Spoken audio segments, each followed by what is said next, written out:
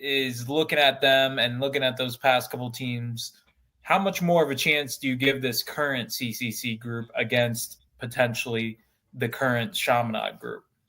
Chaminade Madonna is the best team in Class 1A until Class 1A until someone beats them in 1A. Another 1A team has to beat them. Can't be a 7A team, can't be a 5A team, can't be week 1, can't be week 3, can't be some team from California. Until a 1A team beats them, they're the best team. I believe that we are the best team to challenge them. I truly believe that. Can we beat them? Absolutely. I think that if you look at CCC's history versus Chaminade Madonna, which was actually one of the trivia questions that I was looking at, was who has CCC played 3 consecutive years in the playoffs? We've actually already played Chaminade 3 consecutive years, 17, 18, and 19. 2 of those games were very competitive. And they had teams that are very similar to what they have right now with Sean Shivers and some of the players that they had back then. The third game was the first time we ever played them in 2017. That was not competitive. We had our chances, but they just took advantage of everything they had. The 3 games, the 2 games we've played have been competitive for a little bit, and then the game would get away from us. This CCC team has 17 seniors on it, of which they've already played Chaminade twice. That is an advantage that this team has that very few other teams have. And I think that familiarity does breed a certain level of expectation. So yeah, I believe that this team absolutely has the ability to compete with Chaminade. Absolutely. And I do believe we can beat them. Fair enough. Now looking at this Carrollwood Day game that you guys got ahead of you, you guys had a couple battles last year with them. What do you feel is just a bit different this time around compared to what they had last year? Well, I have more control over the weather than I do the Carrollwood Day, the Carrollwood Day kind of concepts. But I will tell you what about Carrollwood Day School.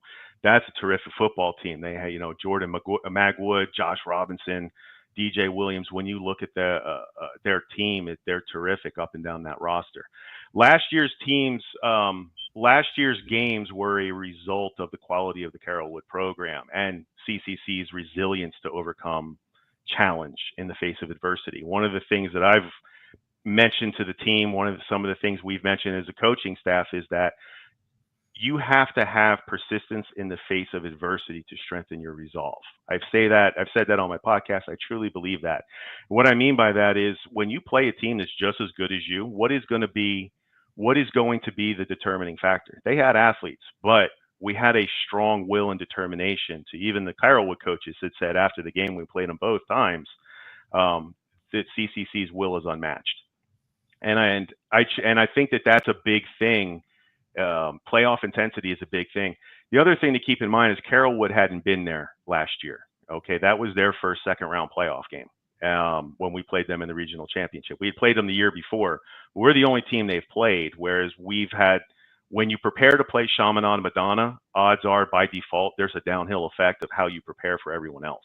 Because if you're preparing to play them, there's a certain level of intensity they require you to play at. Whereas when other teams are preparing for us, they're getting ready to prepare at our intensity level. But our intensity level is preparing for a team that's not, that's at that Chaminade's level. So there is a certain level of preparation that goes into the game plan, and there's a certain level of preparation that goes into that intensity. Carrollwood had terrific athletes last year. They have terrific athletes again this year. And this year they have now 2 years of experience playing us in the playoffs. That's going to factor into the game, especially when, I know if we played Venice again, the way we lost that game, there would be a fire in our bellies. If Venice had beat us 2 years in a row, there would be a furnace in our bellies. So, something along those lines. So Carrollwood's sitting over there, and you know what? They're ready to go. It's going to be a game. Like this is going to be an intense football game, and I hope our players and I know our coaches, this is going to be one of the most physically demanding weeks of their lives. Absolutely. And Royce and Green, last question I got for Dan, and maybe you guys can correct me immediately when I say this, but CCC, are they involved in the All-Star game? I can't remember. Are like the Pinellas County All-Star Franklin Bowl or the Pinellas County one? No, the Pinellas County one, the one set up by the county. I believe Are you guys involved in that, Dan? We've nominated, we always nominate players. Right now, I can't speak to the specifics of it. I know we've had multiple players, Coach Harvey himself as well, with FACA, F-A-C-A, the Florida Association of Christian Association, had multiple players involved there. I can't speak to the All-Star game. I haven't seen that roster myself personally. So I can't say yay or nay to that, just I haven't seen it personally myself. I know Keo's playing in Howard Franklin. That's what I know. Yeah, I was actually going to ask because we had a kind of a, I think we just had a deep talk about the direction of the Pinellas County All-Star game. And I think that falls in line with kind of the county and what you were talking about earlier.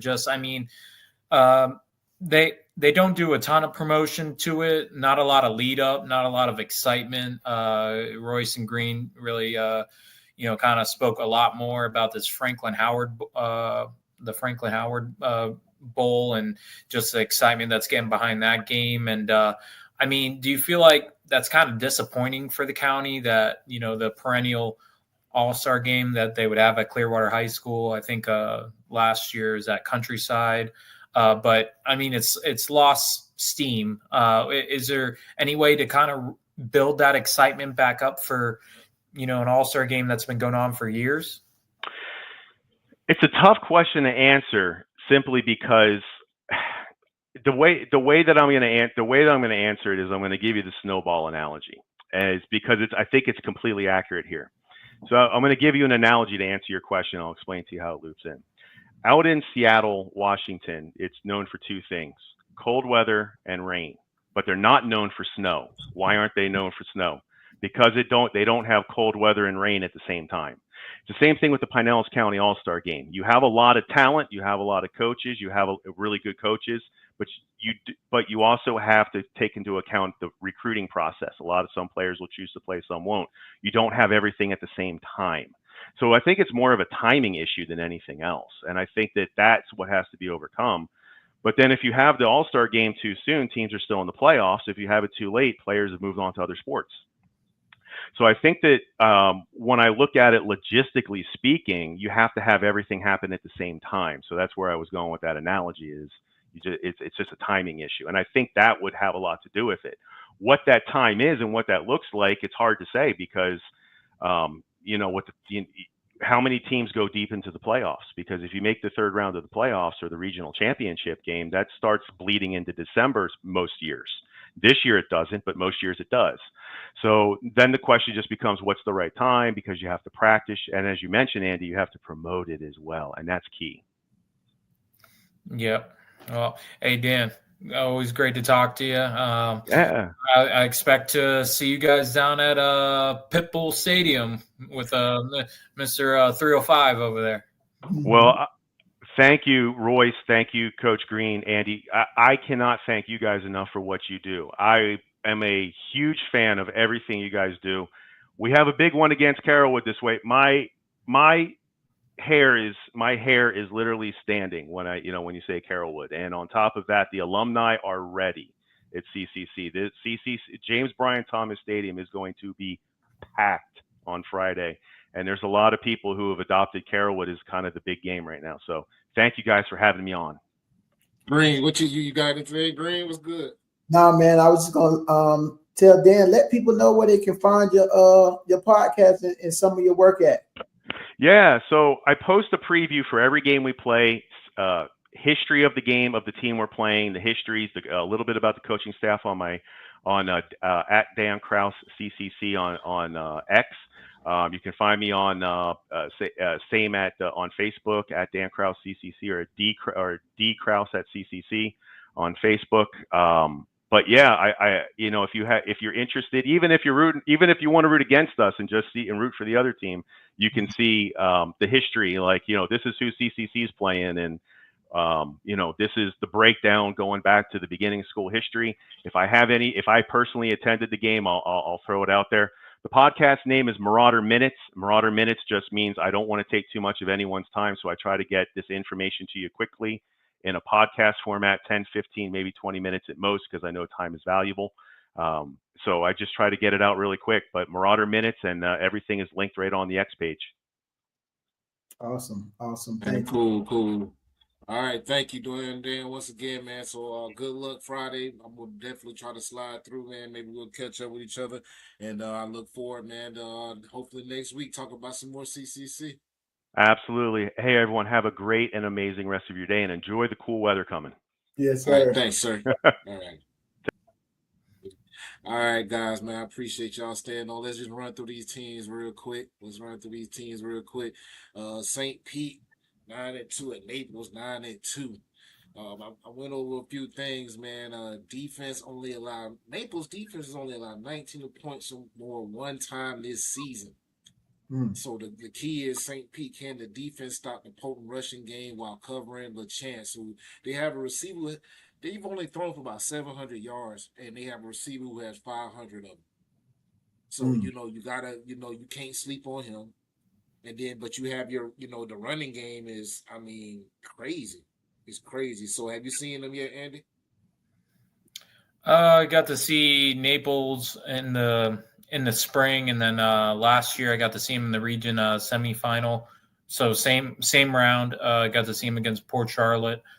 They got a young man, Sean Simeon, who he's a Toledo commit. He rushed for over, I think, 150 yards against River Ridge last week, 44-0 win. They're a throwback team. Rick Martin, they keep the ball on the ground, obviously by the stats, but you also see that by the formations. They're a flex bone type team, so you get a lot of misdirection. Simeon plays that fullback position right behind the quarterback, and you got to be able to defend the triple. You got to be able to defend that triple option. It's what is it? Dive, pitch, option. Those are your main keys if you're a defender for St. Pete. And if you're somebody that likes to watch two running teams play each other and the clock moving pretty fast, I think this would probably be the game to go watch. Yeah, that's definitely going to be the case. That's definitely going to be the case. You're going to see that. Green, have you seen Naples at all? I haven't. I just kind of did, looked at the stats and kind of looked to see what players stood out. And like you said, Sean Simeon, he's toting the rock for Naples. And it looked like it's going to be the battle of Jeff Jones, the Jones show, and Simeon show. So we'll see which defense comes to play, because I think whoever can stop whichever running back on either side is going to come out on top. Yeah, man, I definitely think Clifton Sloan,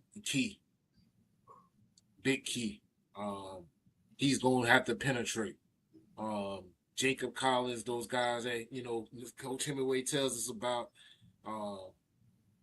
Courtney Taylor boys, Tank. One thing about those guys, I see a lot of big hits on highlight films. I need to see wrapping up, because that's what it's gonna take. Like, all that big is great, but this is gonna take form, sound, tackling. That's what this is gonna take. This is gonna take fundamental football, and I've seen it against Osceola Pinellas Park. I've seen it, man. They will run it. All it takes is a couple busts. All it takes is a couple, and then all it takes for you to sleep on that receiver too. All it takes is for you to sleep on that receiver, and it could be lethal. You know what I'm saying? So, St. Pete has the opportunity. They're traveling to Naples, and they definitely have the opportunity if the defense shows up. So, who you like, Andy? You think St. Pete can hang? I think they'll be in the game. I just see it being a real tough task going into Staver Field and getting a win over Naples. I know said that about Lakewood going to Glade Central, but I did believe that Lakewood would absolutely match up really well with Glade Central. So that to me, Tarpon game. Well, they ended up kind of blowing that one, but they did have the lead and they were in it. This one, I just feel like Naples is going to be too much for St. Pete in the end. I don't think it'll be a blowout, but I think Naples will just edge them out by a touchdown or so. Definitely. What about you, Green? What you think? It's gonna be interesting. St. Pete surprised us last year, how far they went in the playoffs and how they were able to reel off all those wins and continue on do it throughout this year. You know, we only see 2 losses on their schedule. Both teams have equal records. Of course, you always want to give home field advantage. I'm pretty sure the Naples fans are going to pack the stands and they're going to make it tough for St. Pete to come in there and get a win. I'm going to lean with Andy on this one and go with Naples. I think that the Simeon guy is going to continue to just run, and I don't think, like he said, I don't think they'll run away with the game. I just think that they'll make a little more plays than St. Pete. Definitely, man. Man, I'm gonna just say, it's situational for me.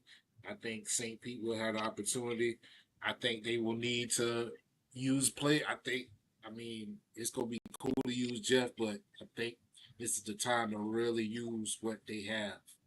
Every tool in their arsenal, you know what I'm saying? So if St. Pete can do that and wrap up, if they can play tough defense, they have a chance. If not, it's gonna be the Lakers show. What about let's see, the next game we have? What you got next? Let's see. Ciega at Jefferson. Man, I did not know Jefferson was 11-0. I think I was looking at last year when I was talking about they weren't showing up because, man, they 11-0, averaging over 500 yards a game. Jeez. Yeah, I think that quarterback. It's a bogey defense that we talked about last week. We need them to show up. Jefferson, the passing game and the running game, both stellar. Yeah, bro. It's both stellar. Like, what can you really say? It's going to have to be Dylan's going to have to go out here and throw for 300, 350. I need you 300, 350. Walt's going to have to put on another big performance. He's going to have to put a Lakewood type performance up, mandatory. That's going to have to be mandatory. Kyrie's going to have to put up some. We're going to have to really, everybody's going to have to bust their butt. Man, Jefferson's just stellar right now. What you think, Andy? Well, any team that nearly loses the Hudson, to me, you know what? I'm going to play a little music. Let's see if you guys can hear it. Give me the Pirates. Give me the Pirates. I got Pirates of the Caribbean playing right now. They're going to win this game. I like what they did last week against Chamberlain. And you got to look at the Chamberlain-Jefferson game. That was a tighter game with those two. I just think Boca Ciega, wow, this team is hot right now. And to me, going over the bridge, winning in Tampa, just told me they're not afraid to go into Tampa and get another win. So I think they're going to beat Jefferson. They're going to give them their first loss.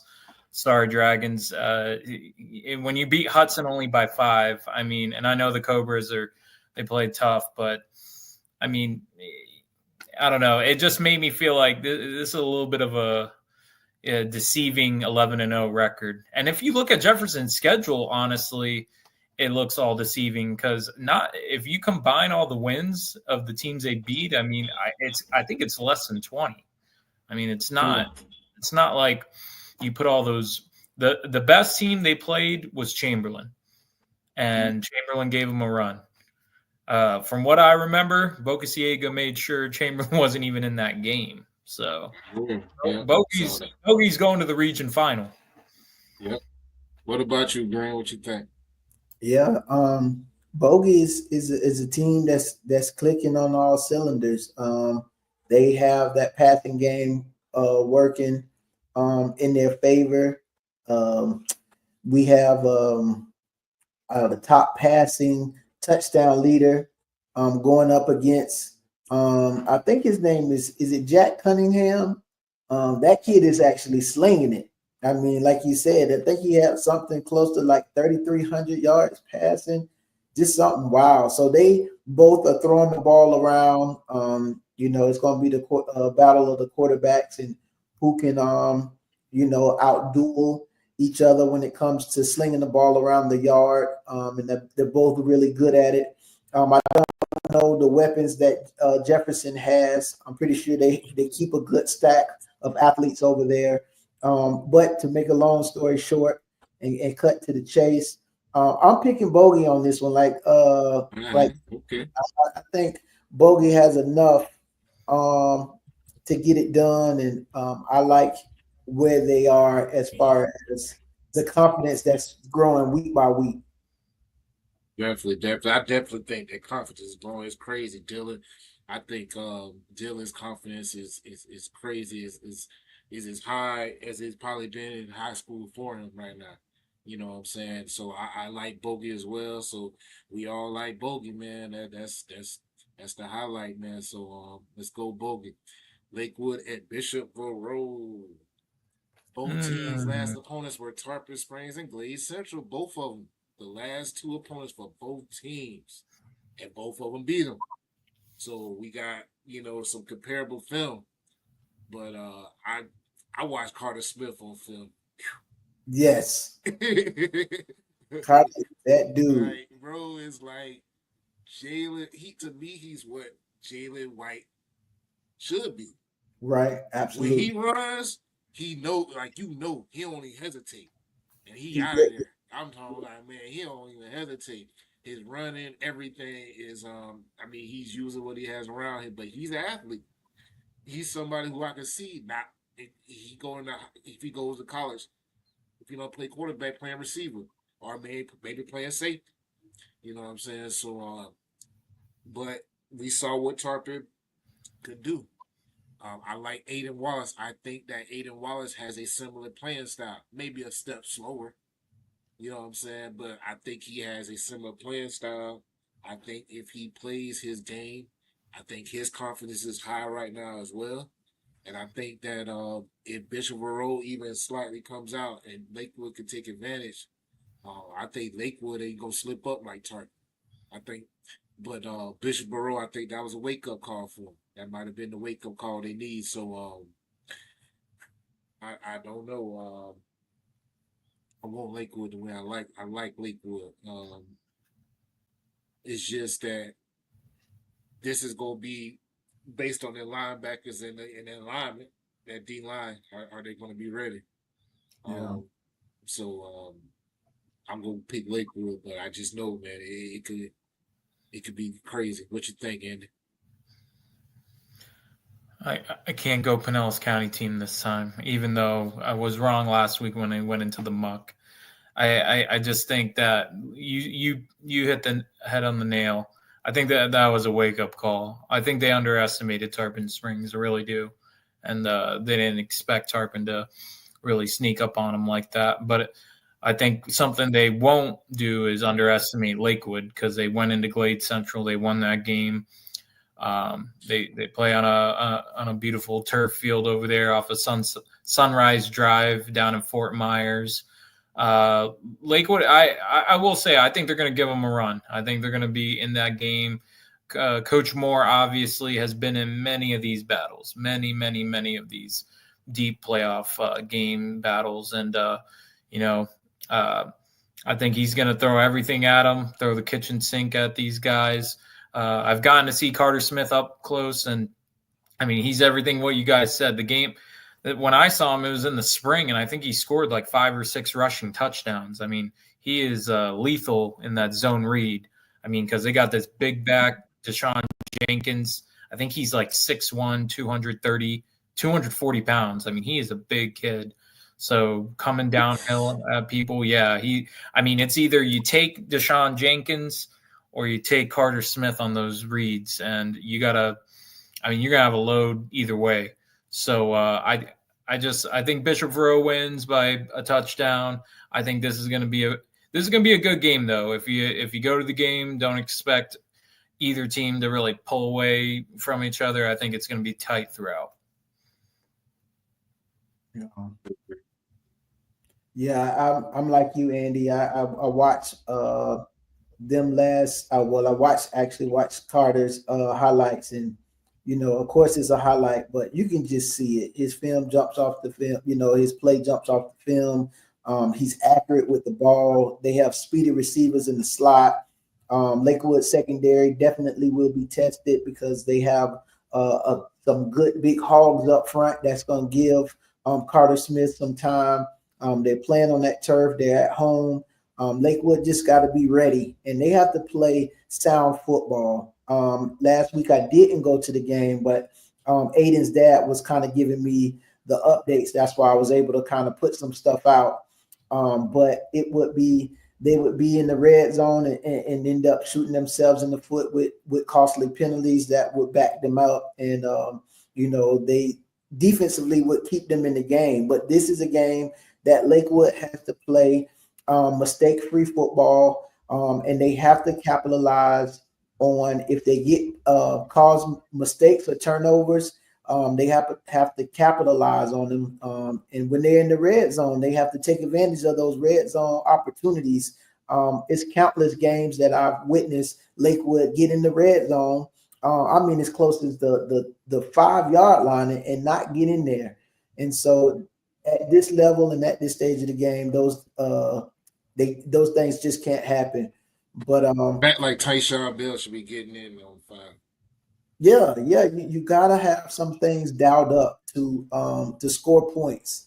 And lately, if you've seen the scores haven't been by much. They beat Tarpon by a touchdown. Last week they beat Glade Central by a touchdown, 14-7. So how much longer can the defense hold up? That's that Bucks defense, that bend but don't break, close and trying to play and hold it out. I don't think that's going to work against Bishopboro, and they definitely have to come with their A game. And this would be a test for them. But if it's going to be up to me, I don't know. I want to pick Lakewood. I will be driving down. It's not as far as a drive for me. It's probably about an hour and a half, which is not too bad. So I'll be able to swing this trip. So I'll be able to watch them up in person, get a good glimpse at Carter Smith and those guys that they have down there. And I'm hoping for a good game. But from the sounds of it, Lakewood is very confident and feels that they can beat Bishopboro. So Definitely, man. Definitely. Let's see. So next we have, Wiregrass Ranch at Largo. I think that's the other way around.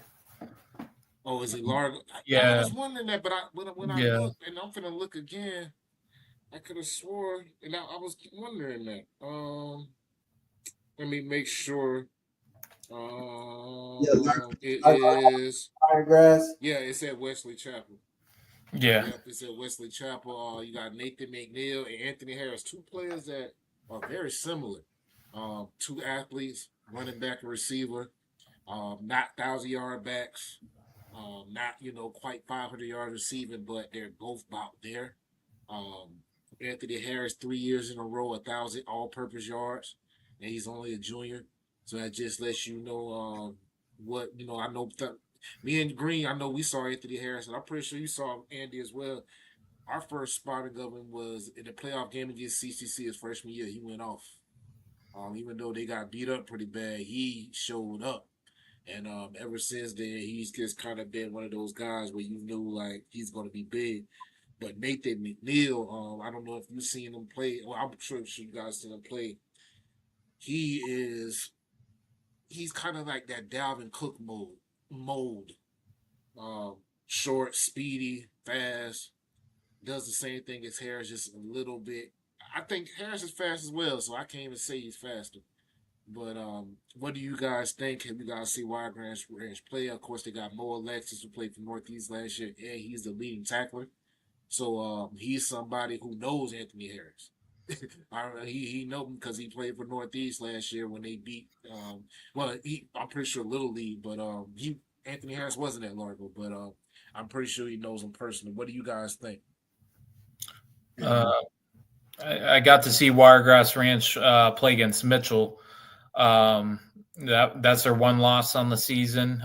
They ended up losing the 6A District 9 championship game against them. And I'd say Nathan McNeil is absolutely their dude. I mean, he's an Iowa commitment. I look at him and he just looks like like you said, kind of like your new age type back. I mean, he's got to see him I introduced myself to him in pregame warmups, and he's going through drills. I mean, real good looking kid.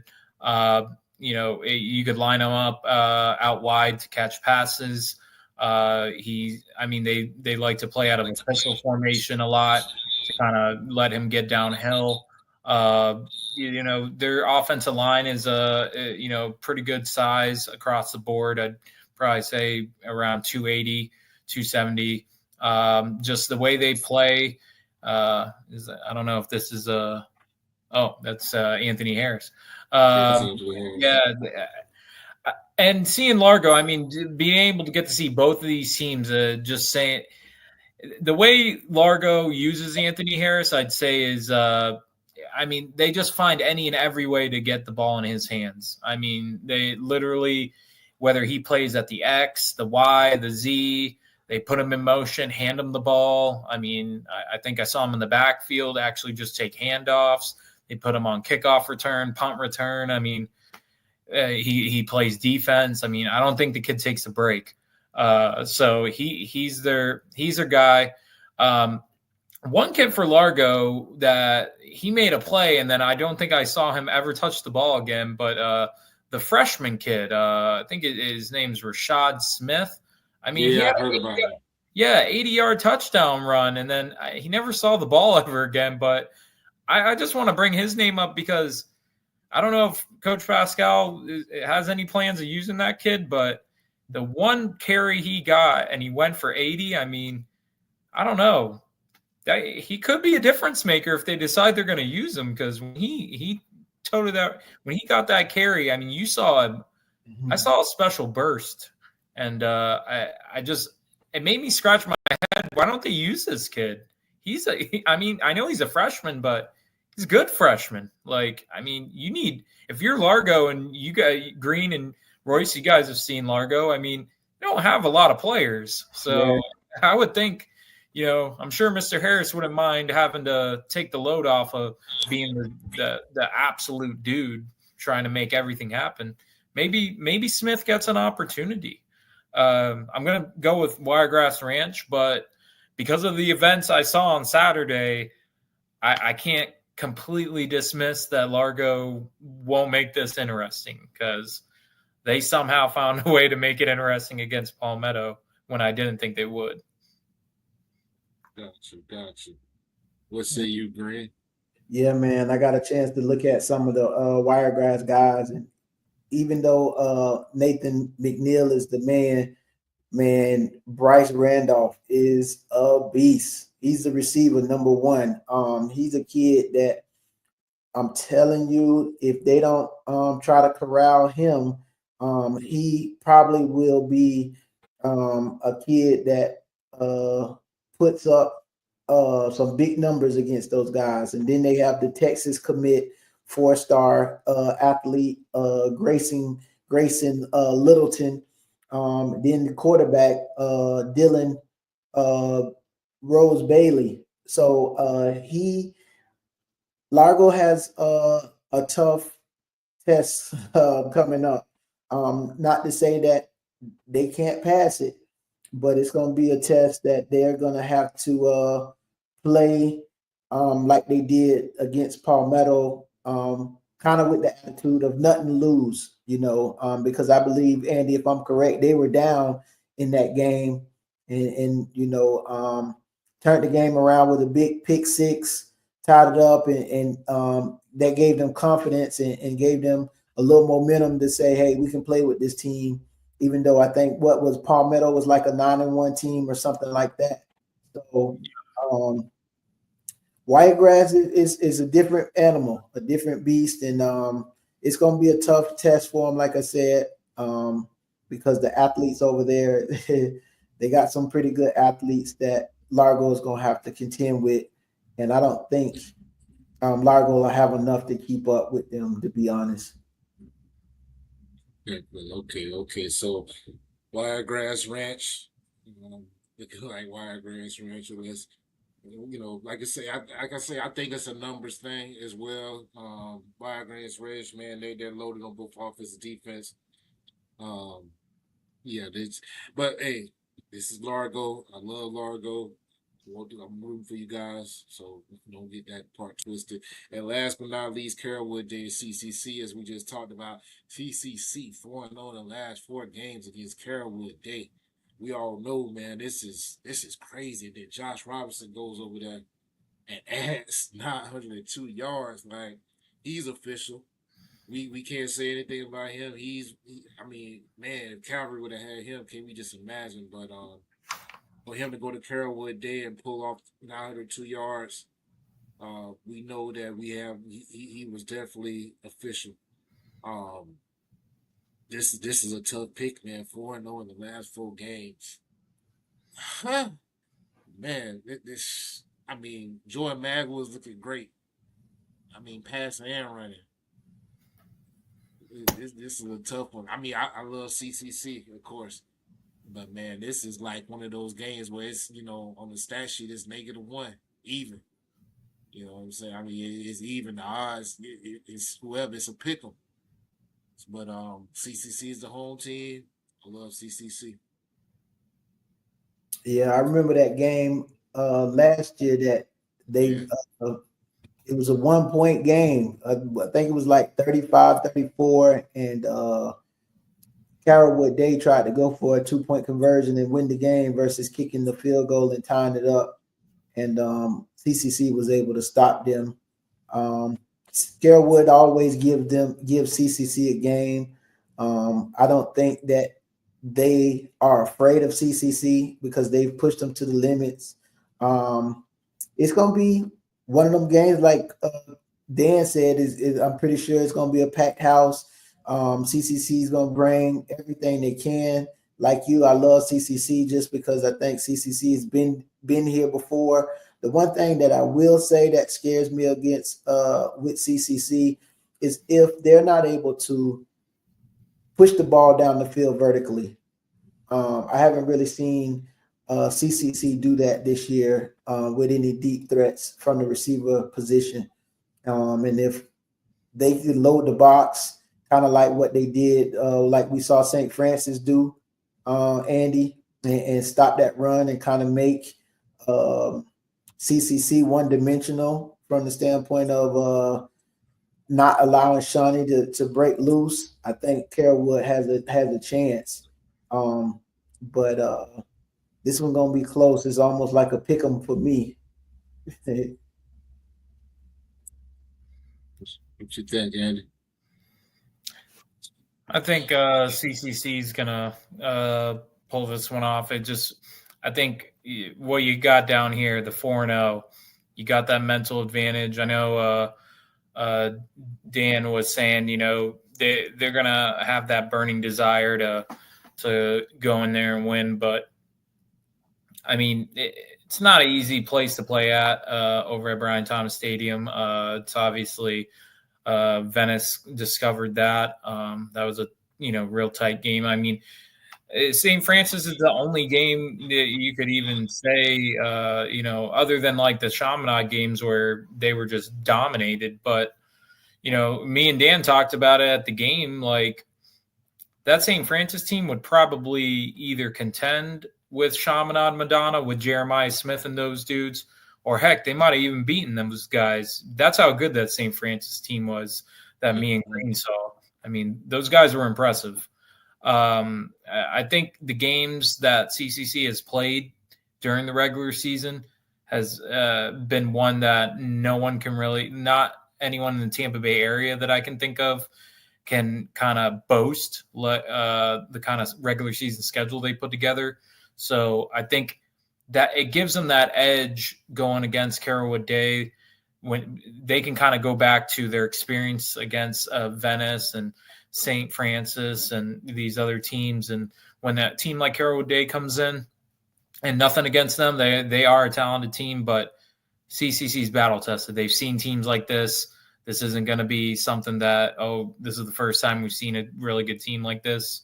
Like they know what to do. They'll finish. They'll get the job done. All right, man. Well, that's it for tonight, man. We went hard tonight. I appreciate you guys for being patient, man. Definitely. Yeah, man. Yeah, we went in, man. So it was a good show, and I will holler at you guys later, man. And maybe see you guys on Friday, but if not, just see you guys next week. All right. Peace. I appreciate it, man. Definitely. Sir. All right, bro. I'll holler at you. Yes, sir.